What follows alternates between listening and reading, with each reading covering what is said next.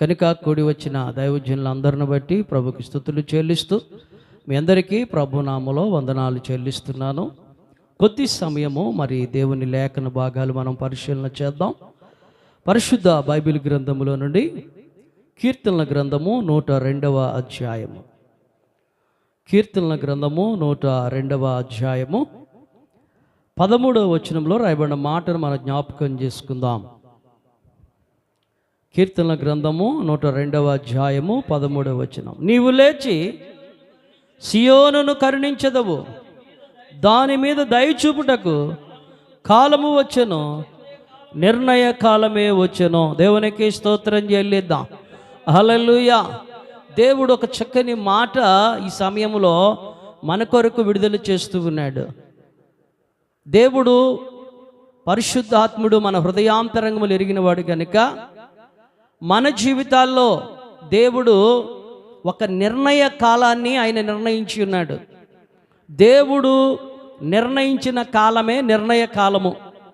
మనము ఆ కాలము కొరకు కనిపెట్టవలసిన వారమై ఉన్నాం. భక్తుడు అంటున్నాడు, నీవు లేచి సియోనును కరుణించెదవు, దాని మీద దయ చూపుటకు కాలము వచ్చెను. అంటే చూడండి, దేవుని దయ మన మీదకి రావాలంటే నిర్ణయ కాలము రావాలి. నిర్ణయ కాలం వరకు కూడా మనము దేవుని దయ కొరకు మనం కనిపెట్టాలి. అందుకే అంటాడు పేతురు భక్తుడు, మీరు దీన మనసును వస్త్రమును ధరించుకొని తగిన సమయంలో ప్రభు మిమ్మల్ని హెచ్చించినట్లు ఆయన బలిష్టమైన రెక్కల కింద దీన మనసు కలిగి ఉండమని దేవుని వాక్యం సెలవిస్తుంది. అందుకే ప్రారంభంలో భక్తుడు ఈ రీతిగా ప్రార్థన చేస్తూ ఉన్నాడు, యెహోవా నా ప్రార్థన ఆలకింపుము, నా మొర్ర నీ యొద్దకు చేరనేమో, నా కష్ట దినమున నాకు విముఖుడవై ఉండకుము, నాకు చెవియొగ్గము, నేను మొరలిన్నాడు, త్వరపడి నాకు ఉత్తరమేమో. దేవునికి స్తోత్రం చెల్లిద్దాం. హల్లెలూయా. భక్తుడు ఈ రీతిగా ప్రార్థన చేస్తూ ఉన్నాడు. అలా ప్రార్థన చేస్తూ ఎంత నిరీక్షణతో ఈ మాటలు చెప్తున్నాడంటే, నీవు లేచి సియోనును కరుణించెదవో. దేవునికి స్తోత్రం చెల్లిద్దాం. చూడండి, దేవుడు మనల్ని కరుణించే ఒక నిర్ణయ కాలం ఉందని మనం గమనించాలి. ఈరోజు కష్టంలో ఉన్నామని ఆ కష్టం అలా మిగిలిపోదా, శ్రమలో ఉన్నామని ఆ శ్రమలో మనుషులు మనల్ని విడిచిపెట్టచ్చు, కానీ దేవుడు మనను విడిచిపెట్టే దేవుడు కాదు. ఎందుకంటే శ్రమలో నేను నీకు తోడుగా ఉంటా అన్నాడు. నమ్మిన వారిగా ప్రభుని స్తుతిద్దాం. హల్లెలూయా, హల్లెలూయా. అందుకే దాని మీద దయ చూపుటకు కాలము వచ్చెను, నిర్ణయ కాలమే వచ్చెను. దేవుడు నిర్ణయించిన కాలము ఎలా ఉంటుందంటే, పరిశుద్ధ బైబిల్ గ్రంథముల నుండి ఆదికాండము 18వ అధ్యాయము, ఆదికాండము 18వ అధ్యాయం మనం వెళితే చూడండి, 14వ వచనం నుంచి రాయబడిన మాటలు మనం జ్ఞాపకం చేసుకుందాం. యెహోవాకు అసాధ్యమైనది ఏదైనా ఉన్నదా, మీదటికి ఈ కాలమున నిర్ణయ కాలమందు నీ యొద్దకు తిరిగి వచ్చేదను, అప్పుడు శారాకు కుమారుడు కలుగునెను. దేవునికి స్తోత్రం చెల్లిద్దాం. నిర్ణయ కాలము, నిర్ణయ కాలము. చూడండి, దేవుడు అబ్రహామును పిలిచినప్పుడు దాదాపు మరి 70-75 సంవత్సరాల వయసులో ఉన్నాడు. అబ్రహాముకు వాగ్దానం చేసినప్పుడు అదే వయసులో ఉన్నాడు. కనుక మరి అబ్రహాముకు దేవుడు చేసిన వాగ్దానము మరి నెరవేర్చబడటానికి నిర్ణయ కాలము వచ్చినప్పుడు, ఎందుకంటే దాదాపు 25 సంవత్సరాలు ఎదురు చూశాడు. దేవునికి స్తోత్రం చెల్లిద్దాం. అందుకే ఆయన విశ్వాసులకు తండ్రి అయ్యాడు. విశ్వాసాన్ని విడిచిపెట్టలా.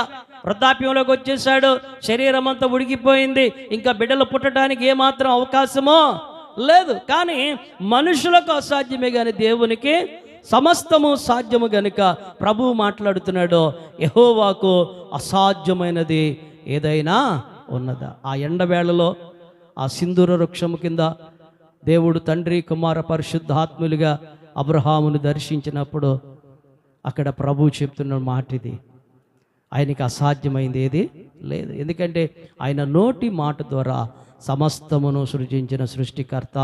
దేవునికి స్తోత్రం చెల్లిద్దాం. హల్లెలూయా. యెహోవాకు అసాధ్యమైనది ఏదైనా ఉన్నదా, మీదటికి ఈ కాలమున నిర్ణయ కాలముందు నీ యొద్దకు తిరిగి వచ్చేదినప్పుడు శారాకు కుమారుడు కలుగుననెను. అక్కడ రాయబడిన మాట, శారా భయపడి నేను నవ్వలేదని చెప్పగా ఆయన అవును నువ్వు నవ్వితివనెను. శారా నవ్విందంట.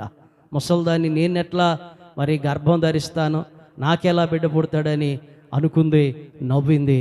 కానీ ఆ నవ్వుని దేవుడు స్థిరపరిచాడు. ఆ నవ్వునే దేవుడు స్థిరపరిచాడు. నిర్ణయ కాలం అన్నాడు. ఆ నిర్ణయ కాలం వచ్చింది. అక్కడ రాస్తాడు ఆదికాండము 21వ అధ్యాయము మొదటి 2 వచనాలు మనం చదువుకుందాం.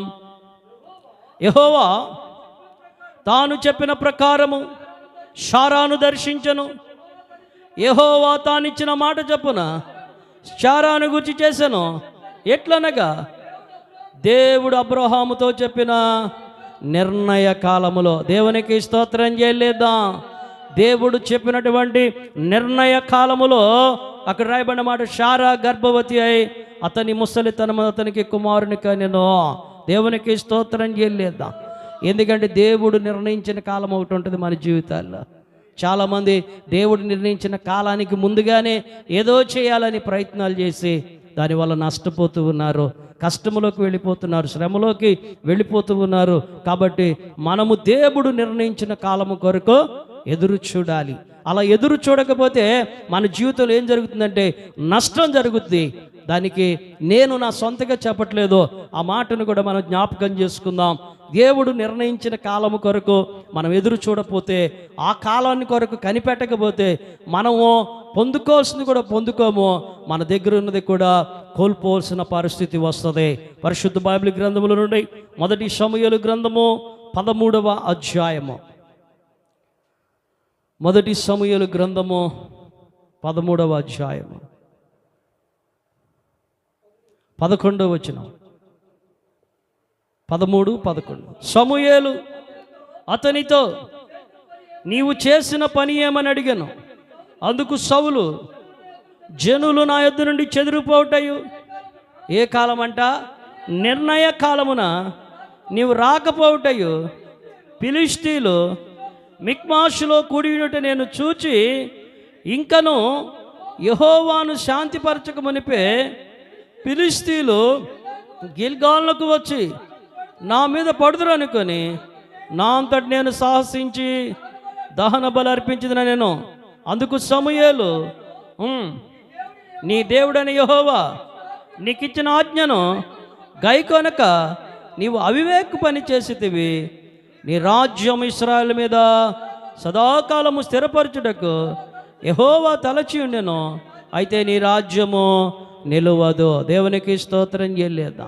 చూడండి, సౌలు దేవుని నిర్ణయ కాలము కొరకు కనిపెట్టకుండా దైవజనుడు చెప్పాడు నేను వస్తాను, వచ్చిన తర్వాత బలులు అర్పిద్దామని చెప్పాడు. దైవజనుడు రావటం ఆలస్యమైందంట. ఈరోజు కూడా చాలా సంఘాలు ఏం చేస్తున్నారు తెలుసా? దైవజనుడు రాకముందే ప్రార్థనలు ప్రారంభించేస్తున్నారు. దైవజనుడు చెప్పి ప్రారంభిస్తే బాగానే ఉంటుంది. ఎవరో పెత్తనాలు తీసుకుని స్టార్ట్ చేసేయండి అంటున్నారు.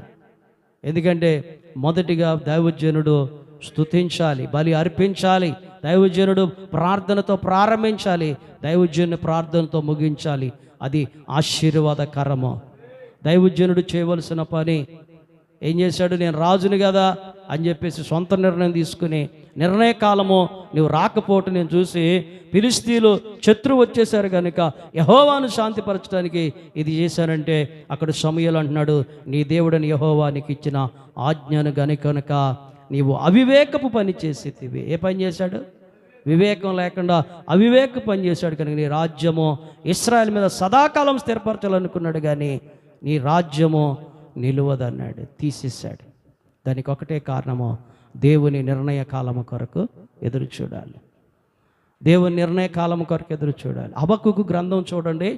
హబక్కూకు గ్రంథంలో మీరు చదవండి, ఎందుకంటే ఇప్పుడు మనం చెప్పుకునేంత సమయం లేదు.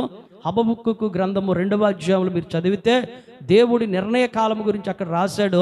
నీతిమంతులు అనీతిమంతులు నిర్ణయ కాలములో పరిస్థితి ఎలా ఉంటుందో, వారికి ఎలా శిక్ష వస్తుందో దేవుడు స్పష్టంగా రాశాడు. ఇవన్నీ మనం తెలుసుకుని మరి ప్రకటించవలసిన అవసరత ఎంతైనా ఉన్నది కనుక మనము దేవుని నిర్ణయ కాలము కొరకు కనిపెట్టినప్పుడు దేవుడు మన జీవితాల్లో అసాధ్యమైన కార్యాలను సాధ్యపరుస్తాడో, దేవుని నిర్ణయకాలం కొరకు కనిపెట్టినప్పుడు సియోనును కరుణించిన రీతిగా దేవుడు మనలను మన కుటుంబాలను కరుణిస్తాడో, మన పక్షంగా ఆయన కార్యాలు చేస్తాడు. కాబట్టి తగిన సమయం కొరకు, నిర్ణయ కాలము కొరకు కనిపెట్టి మన జీవితాల్లో ఉన్నతమైన కృప పొందుకోవాలని ఈ ఉదయకాలము మరి దేవుని వాక్యము, దేవుని మాటలు మన హృదయాల్లో ఫలించి ఆయన కృపలో మనం నిలిచి ఉండటానికి పరిశుద్ధాత్మ దేవుడు సహాయము చేయునుగాక.